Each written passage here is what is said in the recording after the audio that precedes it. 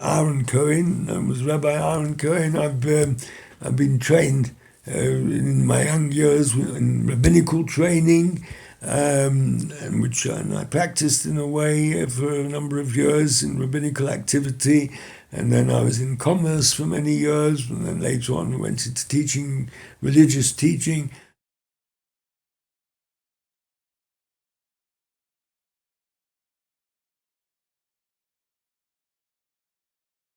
Zionism is a secular nationalistic concept which came into being about 120 years ago. Totally opposed by authentic Judaism. Authentic Judaism goes back thousands of years, and it's a religious way of life, religious concept, full of ethics and morals and compassion for one's fellow man. Goes back probably 3,500 years. Zionism is a nationalistic, secular concept, selfish, purely with the aim, they thought they had a good aim, but it's purely with the aim of finding a place for what they thought they were helping the Jewish people, a place for Jewish people to live. But they did it in a way which was totally opposed by Orthodox Judaism. There's a lot to say about that, but the fact is that Orthodox Judaism incorporates within it's a way of life, covering every aspect of life actually, but it incorporates within its ambit the idea that the land of Palestine is a place where Jewish people would live. We were promised that in our teachings. But this promise was, we are taught that it is a divine promise, a divine assurance, but it was subject to conditions. And the conditions were that we had to live our lives in a special way, high-level, moral, religious way. And we were warned that if the Jewish people would not maintain the correct levels of behavior in every way, then they would not be able to live in the land of Palestine. And as I said, the Jewish religion came into being about 3,500 years ago, and for the first 1,500 years or so, they did live in Palestine, the Holy Land. But although there were many great righteous people within the Jewish nation, but generally speaking, they did not maintain the standards to the level expected of them. And the warning that they would not be able to keep the land of Palestine if they didn't maintain these standards, that warning came into being. And what took place then was a divinely decreed exile. And that is our teaching, that the Jewish people were sent into exile about 2,000 years ago. And they were, as history confirms, they were spread around to the four corners of the world. And we're taught that this exile is a divinely decreed requirement. And the requirements of the exile are that we have to live as good citizens. We have to live as good citizens in the countries in which we find ourselves, including Palestine, because Palestine no longer we were exiled from Palestine, no longer under the political control of the Jewish people. And we have to live as law-abiding, peaceful citizens, and that is and live our lives in the way that we are taught. That is our teaching. In no way, and added to that is that it was very stringent, this teaching, because we were warned that if we didn't keep to this requirement, there would be very dire repercussions. And it would be very dangerous for the Jewish people if they didn't keep to this requirement. And we were put under oath that is our teaching, we were put under oath that we had to keep to these requirements.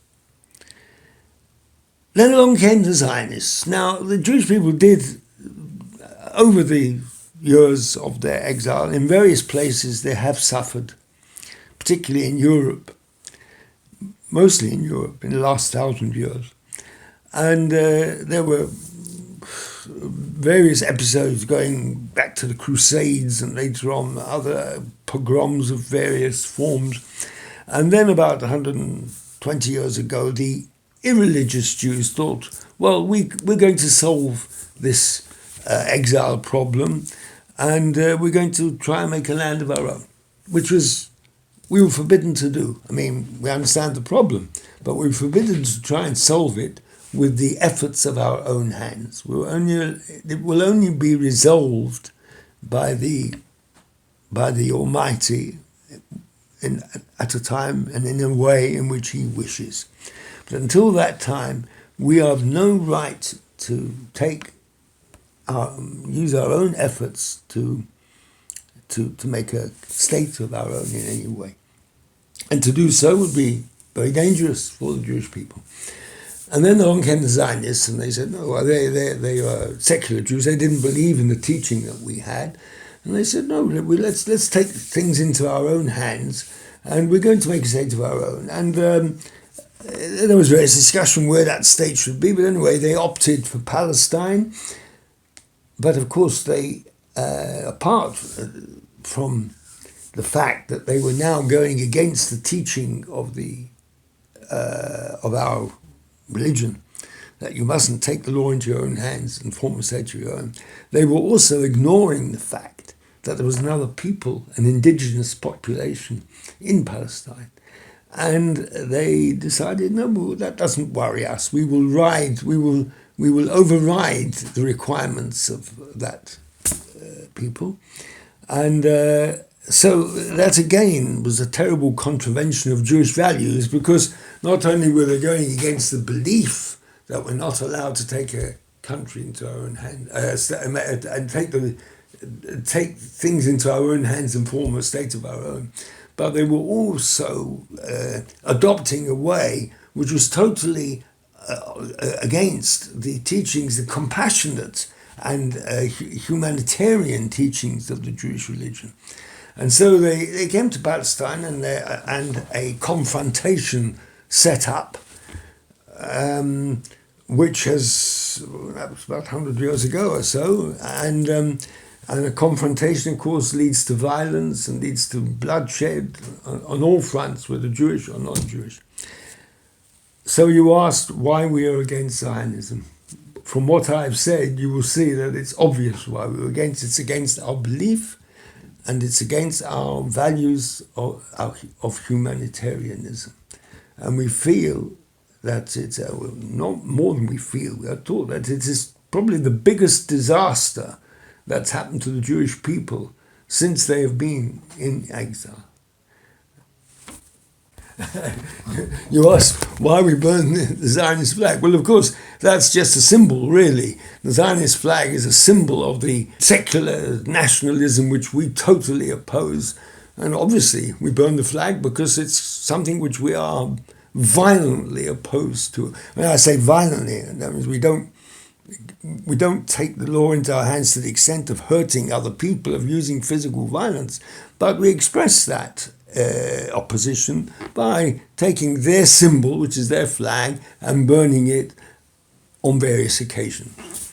The Star of David is actually an ancient symbol which was used by Orthodox Judaism going back for probably thousands of years. But the Zionists, like everything else, they have, to use an expression, they have hijacked, as they have hijacked other aspects of Judaism. They have come, something I didn't mention earlier, they have set themselves up to be the representatives of the Jewish people, which is totally false. They do not represent all the Jewish people by any means. And one of the things they've hijacked is the Star of David.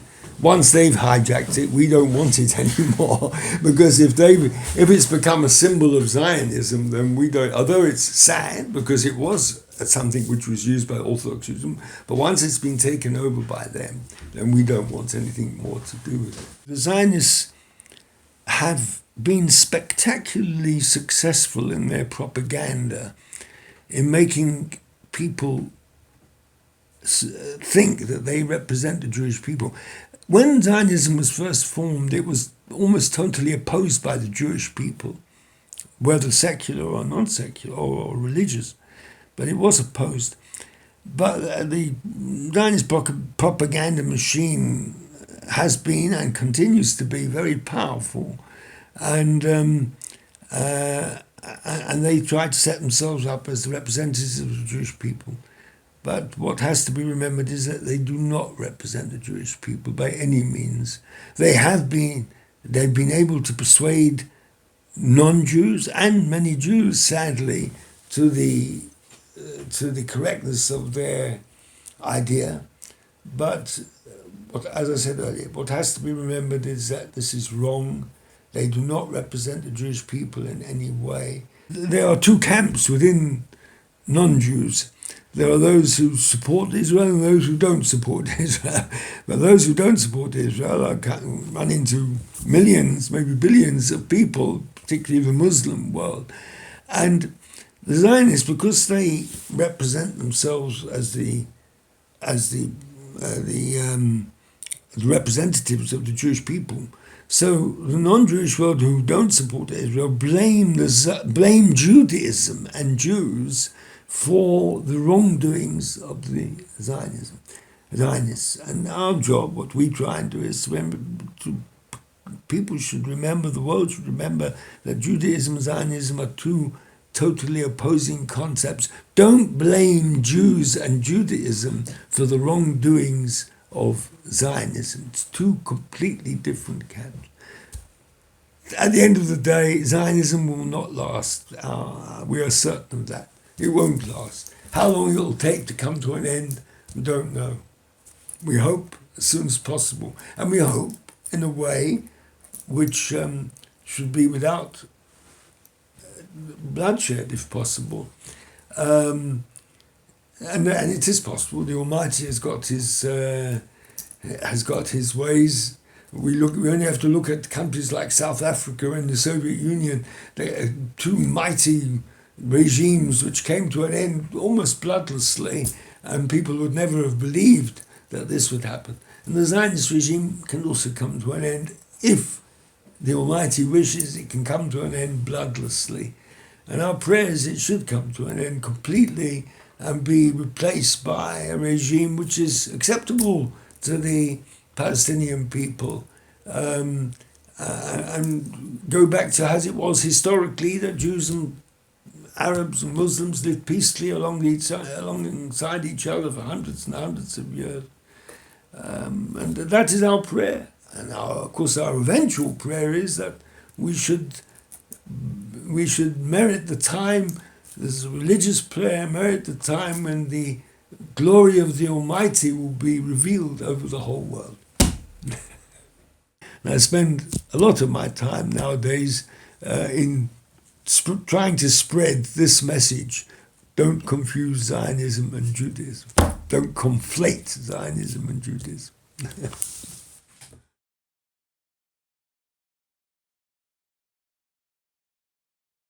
Absolutely. The old form of bigoted anti-Semitism, just hatred of a nation for the sake of being a particular people, it was very prevalent right up to, especially in Europe, particularly in Europe, right up to the Second World War, and culminating in the terrible destruction that took place in the Second World War. But since then, generally speaking, worldwide, that sort of bigoted hatred has disappeared. But what has taken its place is a hatred of the Jewish people, because people believe that the Zionists and Jews are one and the same, and therefore they do blame Jewish people for Zionism, and so that has produced a new form of anti-Semitism. And the real cause of any hatred of Jews nowadays is because of Zionism.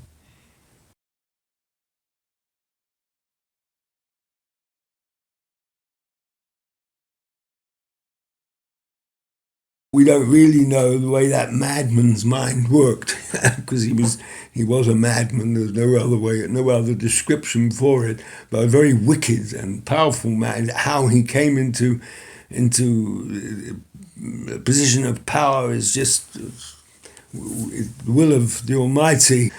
I would imagine he was always prepared to exterminate them, but he probably thought earlier in his early political career, he thought that it wasn't going to be a practical possibility. Maybe I'm only giving a theory, and I don't know. I mean, we don't really know. And then as the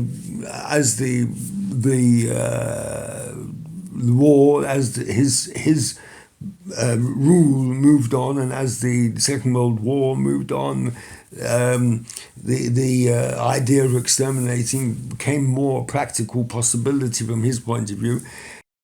Our approach, the Orthodox Jewish approach, is conciliation. We have always done that right through the years. We've been through many very, very difficult situations in various lands in which we've lived. Now, our teaching is conciliate, be good citizens, try and comply with the wishes of your rulers, even though the rulers might not be the most wonderful rulers in the world, but try and live a peaceful life. And when Hitler came to power, that rule still applied, although he was a very, to what extent it would have helped, I don't know. He was such a terrible, wicked madman, it's hard to know what would have happened. But certainly, had we been conciliatory, then the result must have been better than being antagonistic to him. And the Zionists, they've always adopted the idea that they don't rely on the wishes of the Almighty, they rely on the power of their own hand. And they said, no, this man is against the Jewish people, so we will go against him. And they brought in the boycott. They were famous. I don't know, you know the history probably of it. They brought in the boycott. And of course this infuriated Hitler, and it is said that when he heard about it initially, about this boycott, he went into a mad fit and said, now I will exterminate them. And it could be that is what triggered it, but one doesn't know. One can only conjecture.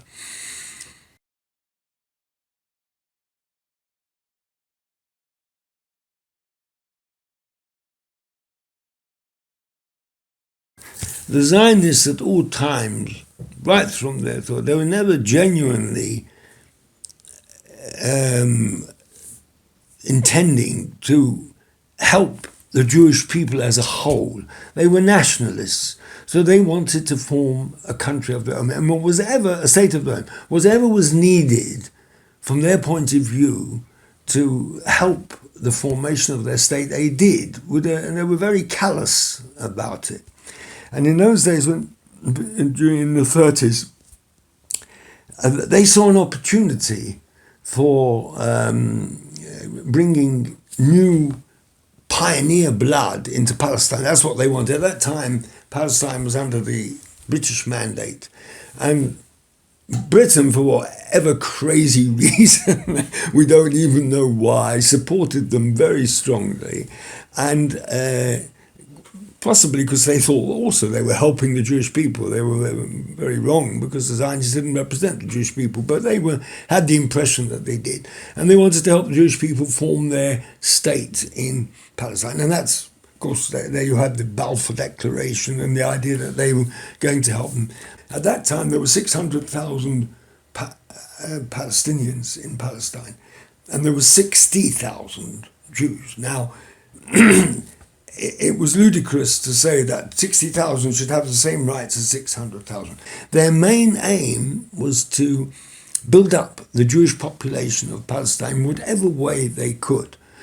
and but they wanted to build it up ideally with people who could help them build their state. So they were looking for young pioneer material, and so they saw that Germany wanted to expel the Jewish people. So they said, well, okay, let's do an arrangement with Germany that will at least will bring the young pioneer material into Palestine. They weren't interested in the old people or the old people or people who couldn't really help the formation of their state. But if they could get young pioneer material from Germany, why not? They were very callous about it. The fact that it was Nazis didn't worry them too much, and they did. Of course, it's very well known. It's documented that they collaborated with the Nazis to the extent of getting as many of the right type of person that they wanted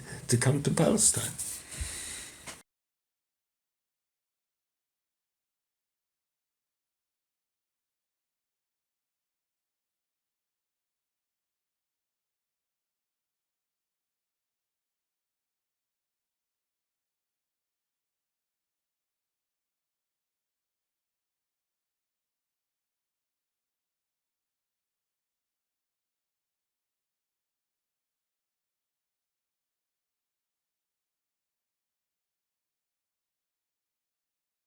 Some of what you said was very radical. We don't really know to what extent they would have actually supported, actively advised Hitler to set up death camps.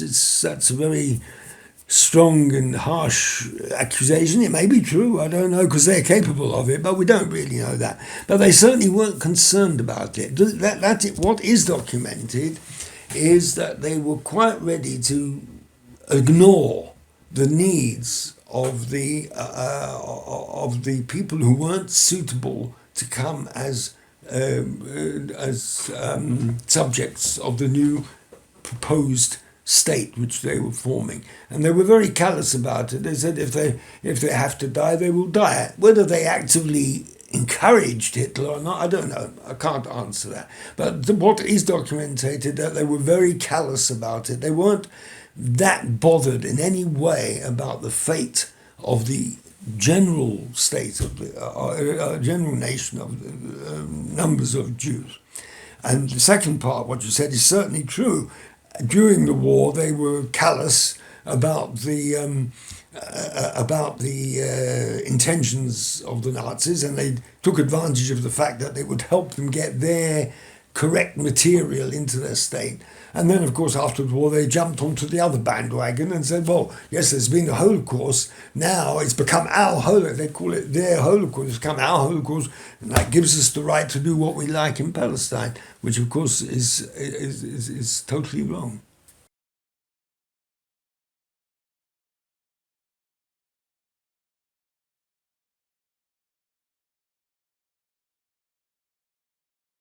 I would go along with him. I mean, it's hard to know to what degree that is, but there's no question about it that the Zionists used the Holocaust, they still use it, as a means of levering pressure on Germany to extract as much money as they can. They of course, they say it's because, well, we've got to take revenge. Germany's got to pay for what they did.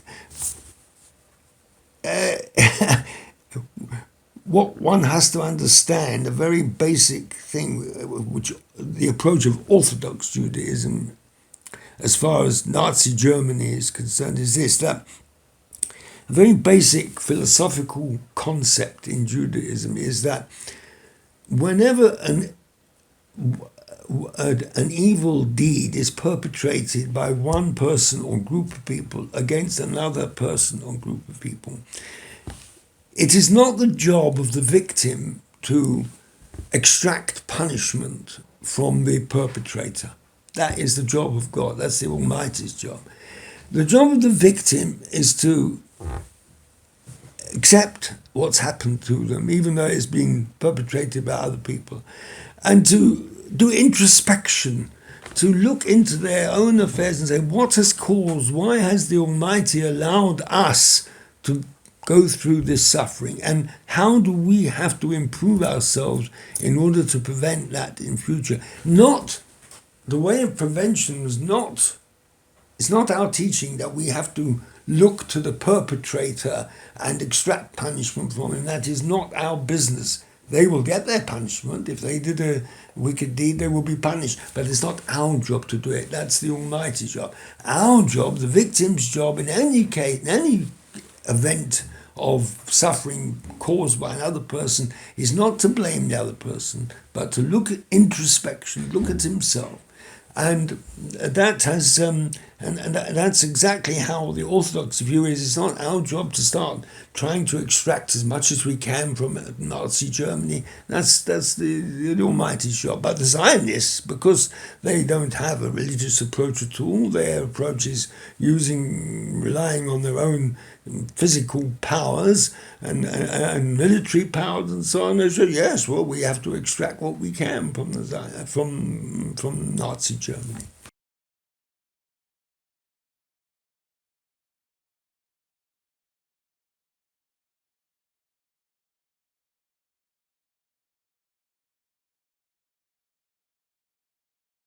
Okay, I'm not familiar with the organisation, but I understand what it was, and of course, if the motive of the organisation was a noble motive, and they did, we can only commend what they did, but I can't say more than that. It's as I said, our approach is a conciliatory and passive approach. But if another organisation or group or country take up the cudgel, take up the effort of extracting revenge or extracting punishment for a certain bad deed, well, they have the right to do so.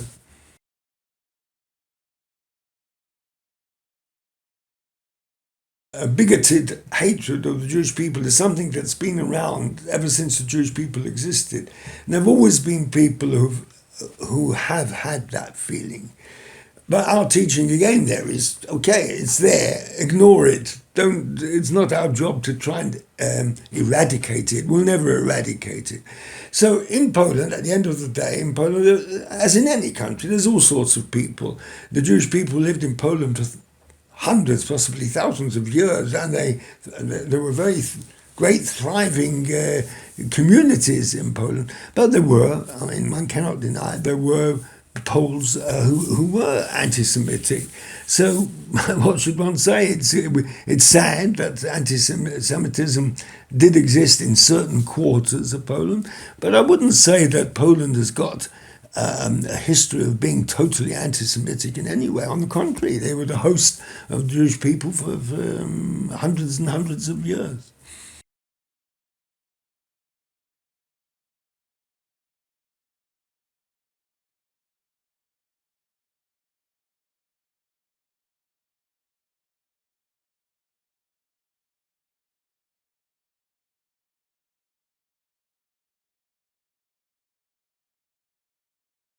As you said earlier, the vast majority of the Polish people, they themselves were under occupation, and they had no sympathy in any way with the Nazi regime. The Polish government have every right to adopt whatever law they wish. They are their masters in their land. As Orthodox Jews, we have no problem with that at all. If they want to forbid the reference by the media to the Polish death camps, and by all means, they have every right to do so. There certainly should not be any objection to it in any way, and they have no, people outside the country have no right to object in any way. The country is entitled to do what they want to within their own country. It's not harming anybody. It's only the Zionists find it that it upsets their plan, or it looks like that anyway. The Zionists find it upsets their plan of perhaps of extracting more money from Germany, or maybe even from Poland for the Nazi death camps. And our view, of course, is that is totally wrong.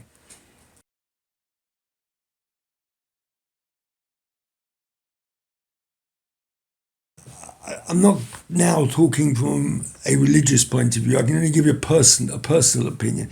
Personal opinion is there has to be just behavior. As far as listening to the complaints of the Zionists about